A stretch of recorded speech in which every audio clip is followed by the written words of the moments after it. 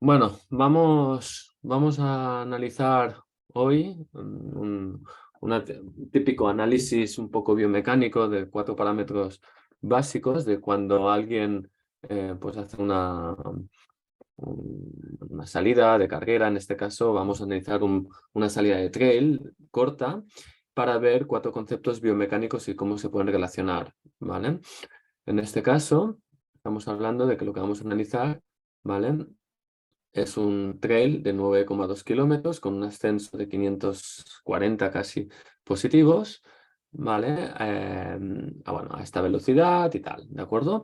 Tenemos un gran ascenso con una bajada, un ascenso en porcentajes dependiente de más del 20%, donde solo técnica muy depurada veremos qué diferencia hay con llanos o con trabajos donde las pendientes son mucho más cómodas y nos permite pues, más efectividad en la carrera, ¿vale? Una bajada, un pequeño repechón de subida y sí que al final hay un gran descenso. Si nos fijamos, por ejemplo, aquí, vemos cómo se mantiene una potencia determinada en la pendiente. Evidentemente, cuando hay mucha pendiente, la potencia siempre es un poquito menos porque como son estimaciones de velocidad, pues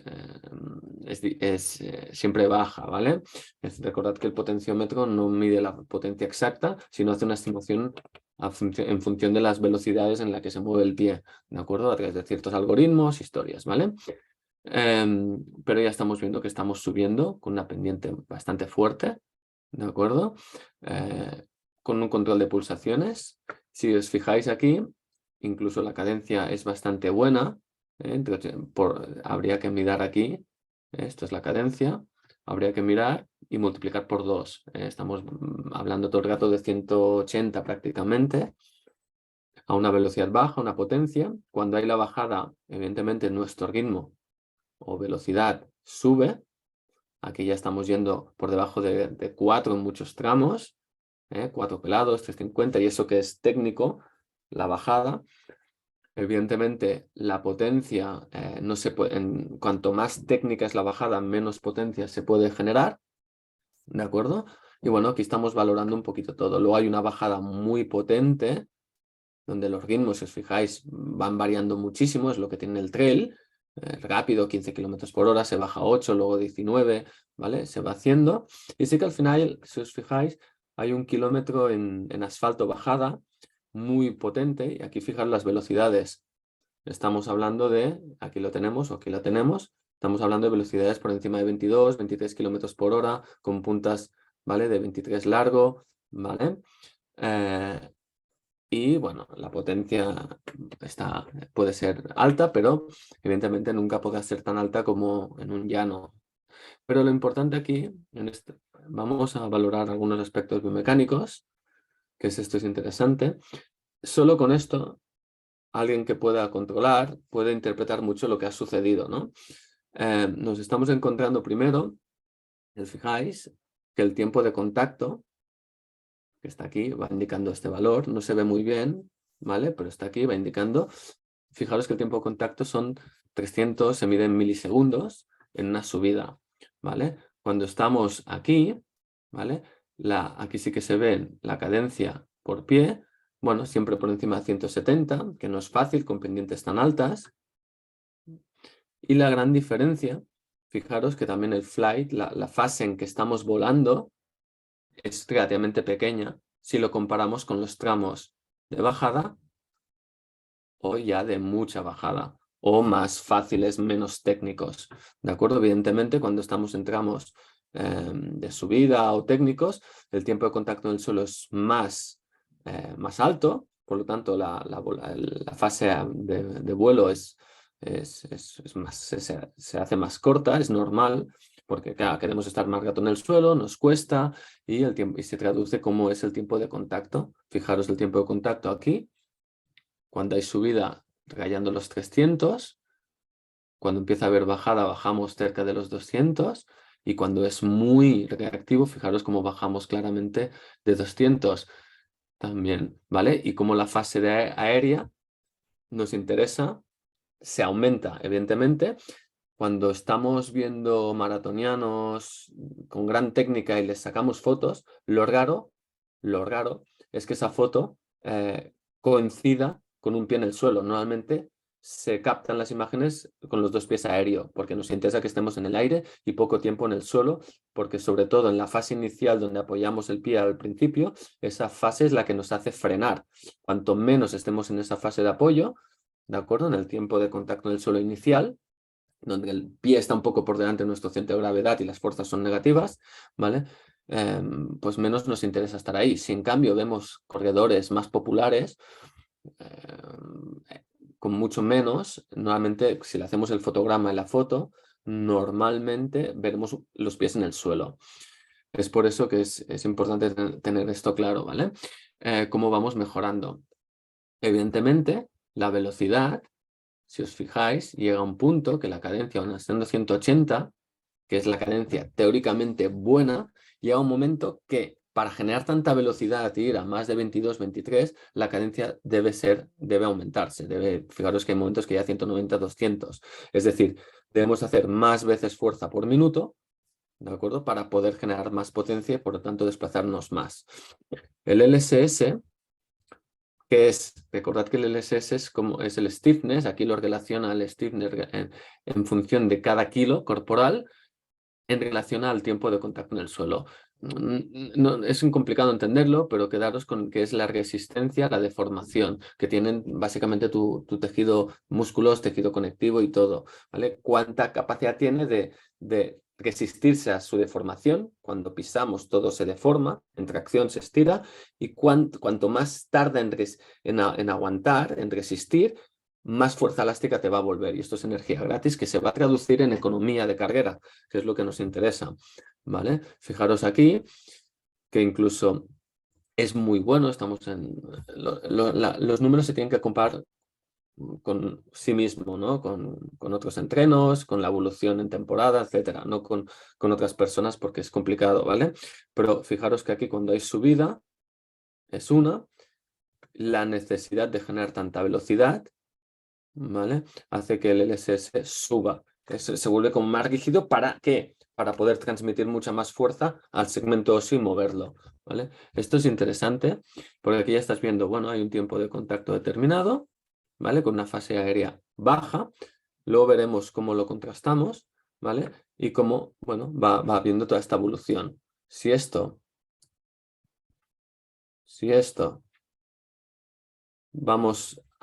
miramos aquí, aquí nos hace un resumen interesante de algunos parámetros importantes. Aquí te dice que es cuál es el rango de efectividad.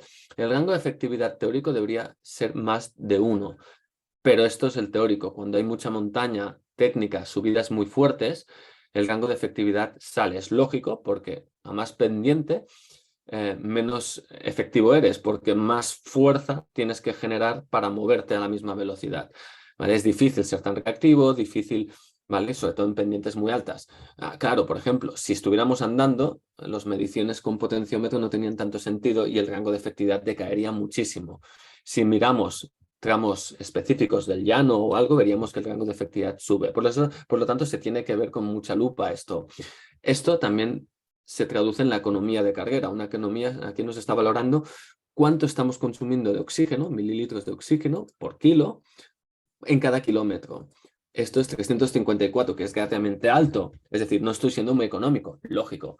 En un trail de 550 en 9 kilómetros y técnicos, es difícil ser muy económico, ¿de acuerdo? Si nos acercáramos a 200 mililitros por kilómetro, ya en un llano, ¿vale? Pero trasladar esto en trail y mejorarlo nos haría aún mucho mejor en dónde se tiene que trabajar la técnica específicamente, que es mejor en tramos menos técnicos, ¿de acuerdo? Aquí nos está diciendo el tiempo, la velocidad a la que hemos ido, la velocidad normalizada. Esto es muy parecido, simplemente te tiene en cuenta quizá algún parón, alguna historia y tal, ¿vale? La velocidad, porcentaje, la promedio medio, tal. Estos son parámetros interesantes. Aquí volvemos a tener la media del tiempo de contacto en el suelo, que para un trail así es muy buena, ¿vale? La potencia que genera durante el tiempo de contacto en el suelo y lo relaciona, pero bueno, vamos a algunos parámetros. El LSS, que es la resistencia a la deformación que he dicho, 11,6. Esto es un valor importante porque es una media buena, Una media por debajo, bastante por debajo, 7, 8, significaría que tenemos muy poca resistencia y tenemos como un tejido conectivo muy poco preparado, muy débil, ¿vale? Y no transmite buenas fuerzas.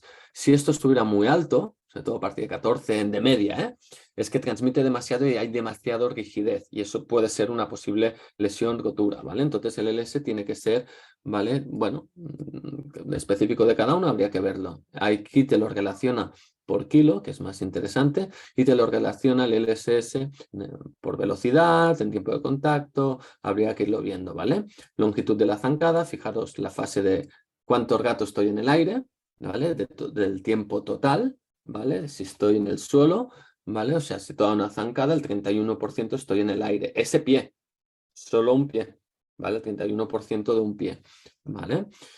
El impacto que generas en el primer momento en el suelo. Esto es importante, esto sube mucho cuando hay gente que talona o sufre lesiones como periostitis y tal, donde buscan apoyar mucho con el talón, entonces el primer impacto que se genera es muy elevado y habría que mejorarlo y ya nos indicaría que hay una técnica bastante pobre de carrera y bueno, aquí nos van saliendo varios parámetros interesantes. Pero a lo que quería explicar hoy, ¿vale? Es un parámetro interesante, ¿vale? Que es el Datifactor, que es esto. El Datifactor nos va a relacionar el tiempo, o es el cociente, la división entre el tiempo de vuelo y el tiempo total de la zancada, ¿vale? Que eso es lo que os decía. Y él lo relaciona y te dice, hay mucha relación en cuán económico eres, ¿de acuerdo? Porque recordad que no nos interesa estar mucho rato en el suelo, porque podemos perder, sobre todo en la fase inicial luego en la fase de propulsión no es tan importante. Lo importante es que la fase inicial, que es donde perdemos velocidad, estemos poco tiempo, ¿de acuerdo? Aquí nos está diciendo que tenemos un Datifactor de 88. Cuanto menos estés en el suelo, más bajará el Datifactor, porque es el cociente. Fijaros cómo cuando voy muy rápido, que al final, el Datifactor baja a casi el 50%. Significa que la mitad del tiempo, o que estás tanto tiempo en el aire como en el suelo, de toda la fase, más o menos. Cuando buscamos velocidad, buscamos llanos, nos interesa estar lo más cerca posible de 50. Es muy bueno esto, ¿vale? Maratoneros profesionales o corredores de 10K en pista, lo veríamos. Es lógico que cuando hay un gran desnivel, estés mucho más tiempo en el suelo buscando dónde apoyarte para avanzar, porque en el aire no te has impulsado tanto como para poder avanzar mucho y tienes que estar muchas veces en el suelo para generar esas fuerzas. Entonces ahí baja el tiempo de vuelo, fijaros, es mucho menor. Fijaros aquí, como es 3 veces más, de 50 milisegundos a 150, porque hemos conseguido ya impulsarnos y avanzar tanto, ¿vale? Hacia adelante, a nivel de tal, ¿vale? Que no hace falta impulsarnos tantas veces. Aquí veríamos otros parámetros importantes, como es la fuerza que generamos más o menos en la pierna cuando nos impulsamos. Relaciona el stiffness, la resistencia, cómo esto nos lo devuelve. ¿De acuerdo? Aquí es mucho menor, aquí es mucho mayor, ¿vale? Solo para que veáis algunas cosas más, esto es lo más importante, aquí nos va relacionando la efectividad, porque al final esto se traduce en cuán efectivo eres.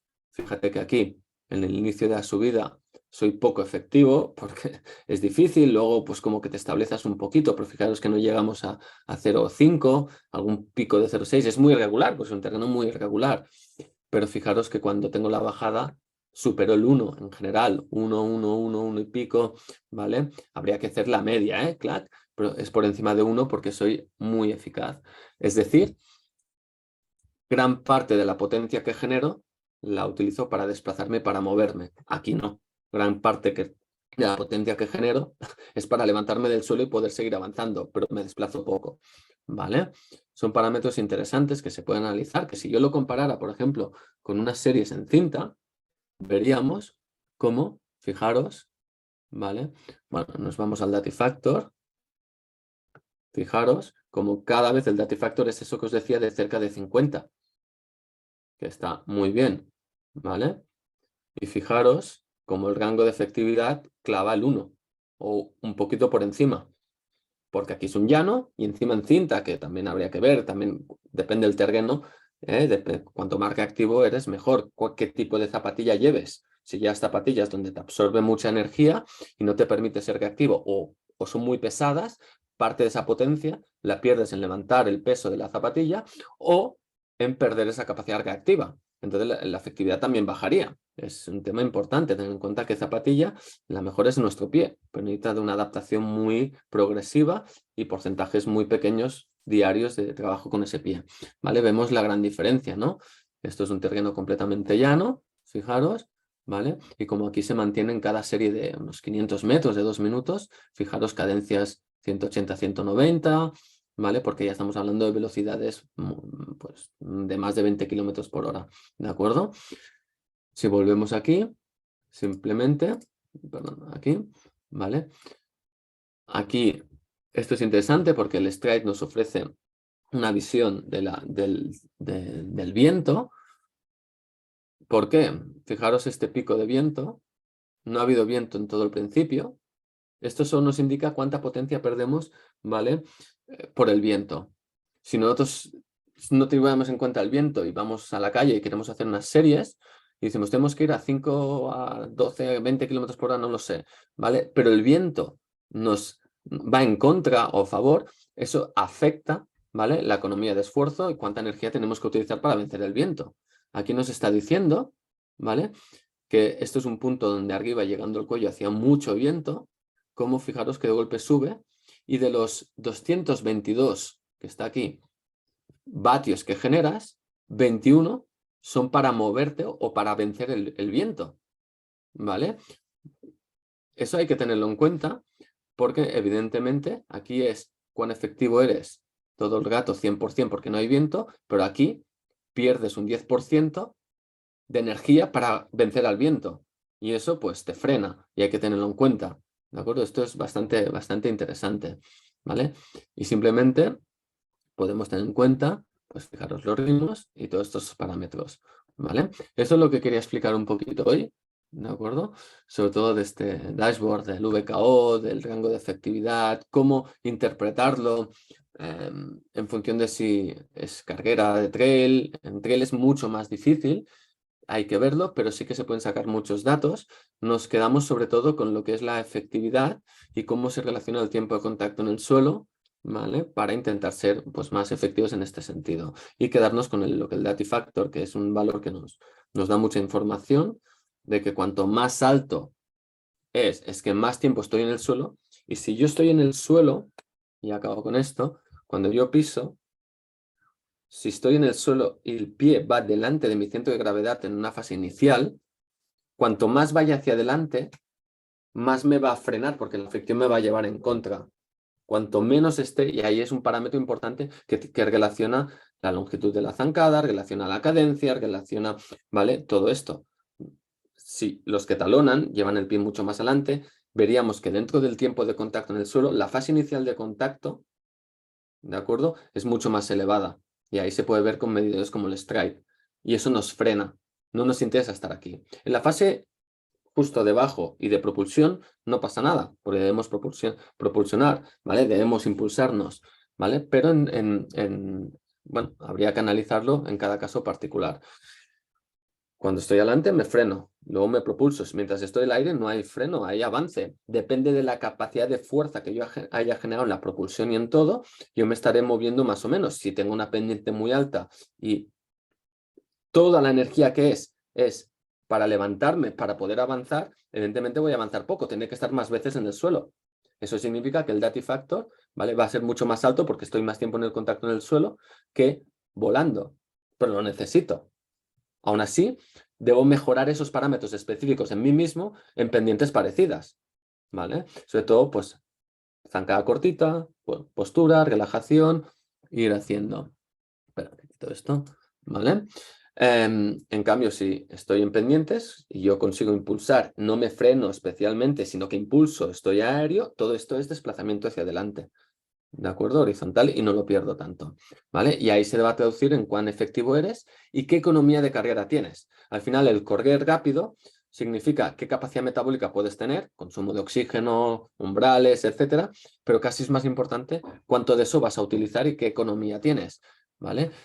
fijaros que la economía en esta han sido 354, pero si me voy a la economía de las series en cinta, fijaros que, si lo busco, son 200. Consumo 200 minutos de oxígeno por kilómetro que muevo por kilo. ¿De acuerdo? Esto es interesante porque significa utilizo mucho menos. Y eso tiene directamente que ver con el Dati Factor y qué capacidad tienes reactiva, de stiffness, de resistencia, etcétera, etcétera. ¿De acuerdo? Bueno, espero que os haya gustado este pequeño post y cualquier duda me consultáis, me preguntáis y explico más detalles.